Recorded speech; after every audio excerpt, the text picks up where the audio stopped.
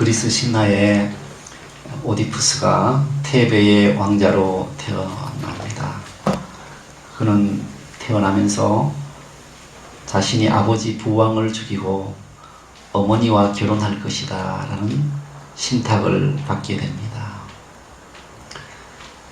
장성에서 그것을 안 오디푸스는 피하려고 하지만 자기 의지와는 상관없이 아버지를 죽이고 어머니와 결혼해서 쌍둥이 둘의 자녀를 낳고 그들은 모두 비참한 인생을 마치게 됩니다.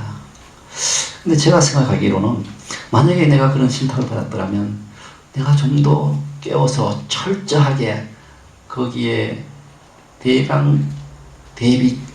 방비를 했더라면 그런 일이 있었겠는가 그런 생각을 해봅니다. 오늘 우리도 살아계신 신으로부터 신탁을 받았습니다. 이 신탁은 오디푸스의 신탁과는 달리 죽는 것이 아니라 지키면 사는 것이요 지키면 온전하게 되는 신탁입니다. 눈먼 오디푸스 같이 실수를 저지른 사람도 이 신탁을 주신 그리스도와 하나 될 때에 모든 허물의 사함을 받습니다. 그리고 하나님의 아들로 나타납니다. 비극적으로 한맺혀 죽은 그 오디푸스의 부왕이나 어머니 같은 사람들도 예수 그리스도를 만나면 부활 생명으로 살아납니다. 여러분, 위인 같은 소크라테스나 셰익스피어가 여러분들에게 기도 편지를 썼는데 그것이 바로 나 자신에게, 여러분 자신에게 쓴 편지고 그것이 특별히 그들이 죽기 전에 한 마지막 말이었다는 것을 우리가 깨달을 때 그 감동이 얼마나 크겠습니까? 오늘 말씀은 그런 감동으로 읽어야 됩니다. 그 생생한 충격으로 읽어야 되는데 예수님께서 이 말씀하셨어요. 내가 비옵는 것은 저희 말을 인하여 나를 믿는 사람들, 우리들도 위함이라 했어요. 오늘 믿는 우리를 향하신 그리스도의 뜻은 우리가 하나가 되라는 것입니다. 하나 되는 것이 매우 어렵습니다. 어떤 직장에서 한 직원이 무겁게 짐을 끙끙 밀고 갔습니다. 이것을 본 동료가 그를 도와주었습니다. 근데 어찌된 영문인지 짐이 더 무거워졌어요. 반대 방향으로 끌고 있기 때문이었습니다. 페이스북에 다음 같은 글이 올라가 있었어요. 교회 안에는 생각보다 분쟁이 많은데 하나님을 모르는 외인들과의 관계에서 상처받거나 괴롭당하는 것보다 오히려 신자들 사이에서 생기는 분쟁이나 갈등으로 인한 어려움이 더 견디기 어렵고 힘들게도 해결하기도 어렵습니다. 어떻게 해결할까요? 오늘날 어떻게 분열을 극복하고 하나가 될 수 있습니까? 이 말은, 이 질문은 개인뿐 아니라 가정과 공동체와 국가와 온 세계가 몸살 앓고 있는 문제입니다. 어떻게 하면 우리가 분열을 방지하고 하나가 될 수 있습니까? 그런데 오직 예수님만이 명쾌하게 이 질문에 답을 주셨습니다. 그것이 오늘 읽은 말씀입니다. 첫째, 주의 영광을 받음으로 우리가 하나가 됩니다. 요한복음 17장 22절에 내가 주신 영광을 내가 그들에게 주었사오니 이는 우리가 하나가 된 것 같이 그들도 하나가 되게 하려 함이니이다. 예수님이 가지신 영광은 내 뜻이 아닌 하나님의 뜻을 따르는 것입니다. 내 뜻을 하나님의 뜻에 맞추면은 이상하게 세상이 줄 수 없는 평안이 내 마음을 가득 채웁니다. 예수님께 주신 영광은 아들이 아버지의 뜻에 일치할 때, 완전히 일치할 때 나타나신 바 되었습니다. 특히 이 영광은 예수님이 자기 목숨을 주심으로 나타낸 의지와 사랑의 일치입니다. 예수님은 우리에게도 그 영광을 주셨습니다. 이는 우리도 피차 동질의 희생적 사랑으로 영광을 누리라는 것입니다. 예수님의 영광은 죽음을 통해서만 부활하는 영광입니다. 엊그제 신문을 보신 분이 계시겠습니다만은 마음을 찡하는 뉴스가 실려 있었습니다. 주한미군 로저스 하사가 저도 방문했던 오산 공군기지에 근무했습니다.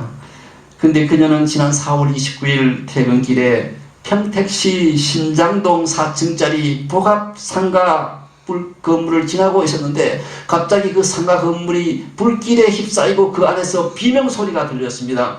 그녀는 불길에 휩싸인 그 건물로 4층 계단을 막 뛰어 올라가서 문을 열려고 하니까 철제 문이 불 속에 빨갛게 달아올라 들어갈 수가 없자 방범 창문을 깨고 들어가서 나이지리아인 프레셔스,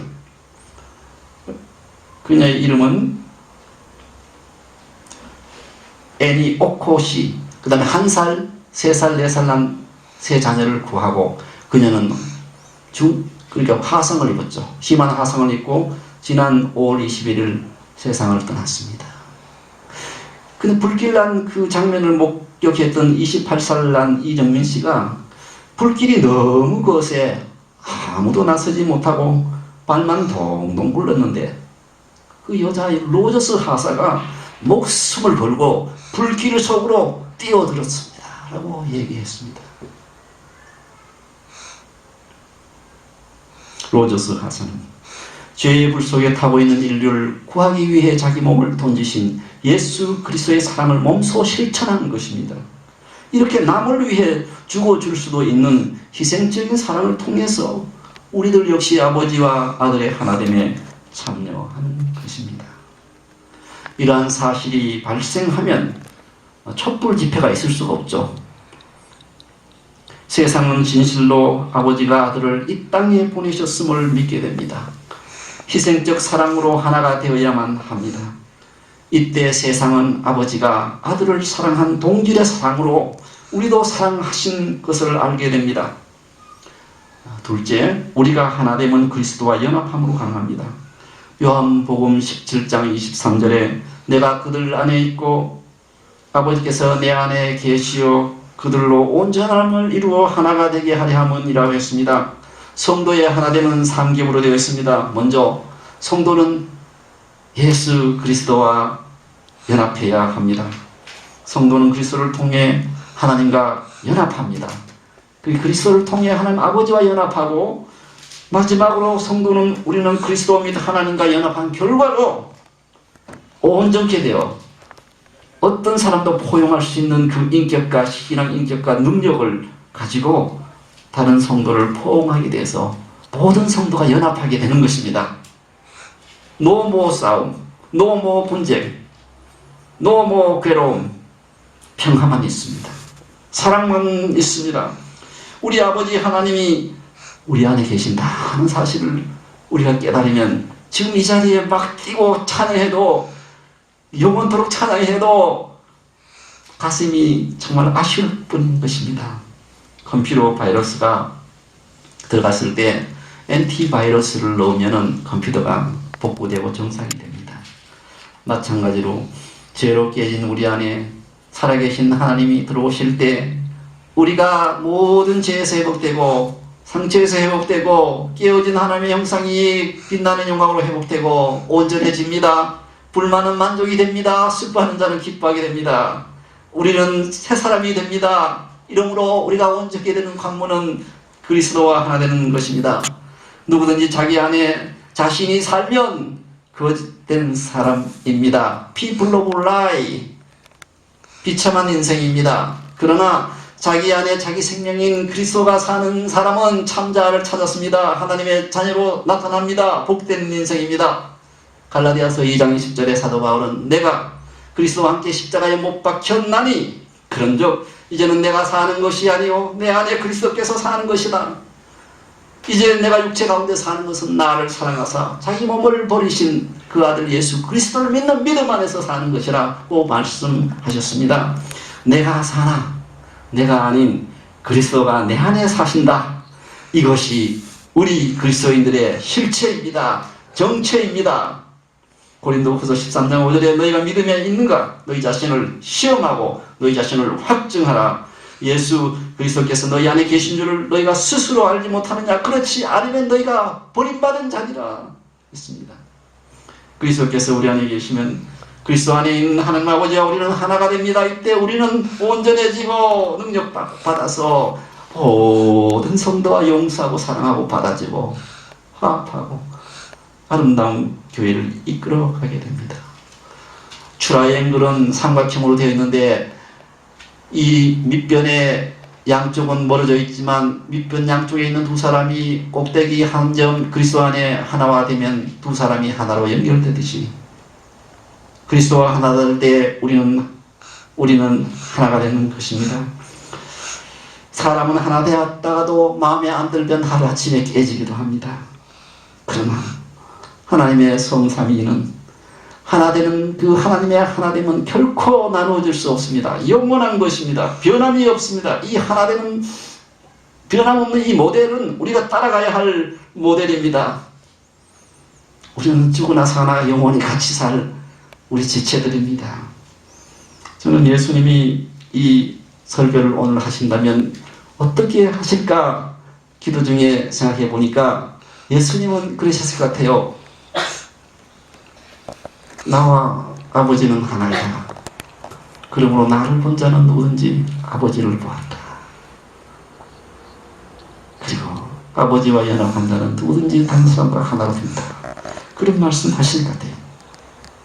이틀 전 제가 저녁에 어머님 식사를 드리면서 주님이 내 안에 계셔서 그 감미로움을 정말 만끽하고 주님과 친교하는데 제가 보통 6시면 그 병실에 6시에 저 뉴스 나오는데 뉴스가 목사가 봐야 또 설교도 할 거 아니에요. 보통 보는데 그날은 나와 하나님의 친교에 어떤 것도 방해되는 것은 없어야 되겠다.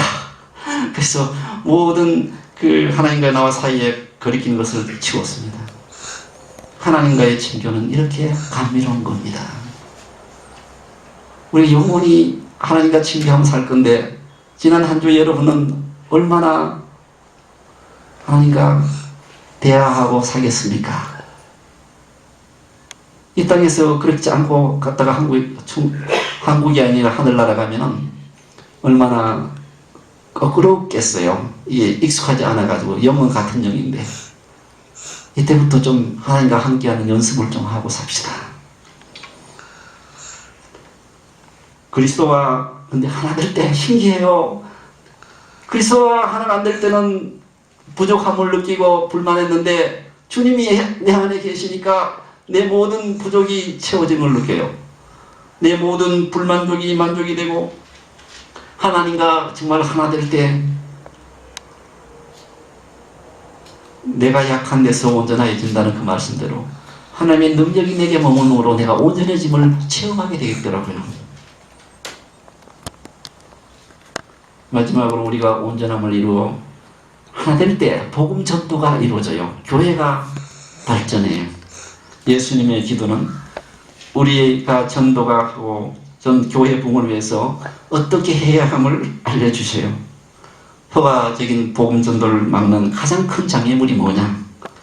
뒷공론, 둔감함, 부정적인 비판, 시기, 험담, 용서하지 못하는 마음, 하나 되지 못함, 쓴뿌리, 다른 사람을 인정하지 못하는 것, 자기에게 몰두하는 것, 탐욕, 이기심, 그리고 사랑의 결핍 등이라는 것이죠. 그런데 그리스도인을 분열시키는 요소가 있다면 그것이 그리스도인을 결합시키는 근본 요소보다 강할 수 없다는 것입니다. 또 그리스도께서 우리를 위해서 기도하셨기 때문에 우리 하나 되라고 기도하셨기 때문에 꼭 이루어집니다. 그가 친히 십자가에 달리사 극진한 사랑으로 우리를 지금도 보호하시기 때문입니다. 그리스도와 연합한 성도는 에베소서 4장 2절 말씀처럼 모든 겸손과 온유로 하고 오래 참음으로 사랑 가운데서 서로 용납합니다. 이것이 참된 교회 성도의 모습입니다. 우리가 세상을 감동시켜 그리스도를 전하는 것은 말로만 되는 것이 아닙니다. 먼저 진실로 그 라저스 하사같이 어려운 사람 보면 내 몸도 줄 수 있는 그런 사랑을 베푸는 것입니다. 서로 하나가 되는 모습을 나타내므로 더욱 힘있게 됩니다. 요한복음 13장 34절 35절에 보시면 새 계명을 너희에게 주노니 서로 사랑하라. 내가 너희를 사랑한 것 같이 너희도 서로 사랑하라. 너희가 서로 사랑하면 이로써 모든 사람이 너희가 내 제자인 줄을 알리라 고 하셨습니다. 희생적 사랑과 영광 가운데 우리 모두 주 안에서 하나로 화합합시다. 요한복음 17장 21절 23절에 예수님이 그렇게 기도하셨죠. 한번 저를 보십시오. 아버지요, 아버지가 내 안에 내가 아버지 안에 있는 것 같이 저들도 다 하나가 되어 우리 안에 있게 하사 아버지께서 나를 보내신 것을 세상으로 믿게 하옵소서. 내게 주신 영광을 나도 그들에게 주어서 그들로 하나가 되려 하려 함은 곧 내가 그들 안에 있고 아버지께서 내 안에 계셔서 그들로 온전함을 이루어 그들도 다 하나가 되게 하려 함은 아버지께서 나를 보내신가 나를 사랑하신 같이 그들도 사랑하신 것을 세상으로 알게 하려 함이로소이다 라고 말씀하셨습니다. 오늘 아침 제가 지은 시 읽고 마치겠습니다. 나는 하나님과 하나 되리라.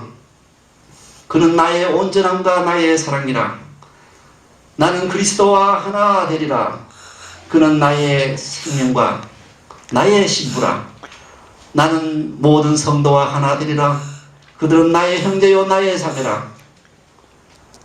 나는 그리스도의 찬양이 되리라. 그는 나의 몸이요 나의 전부라.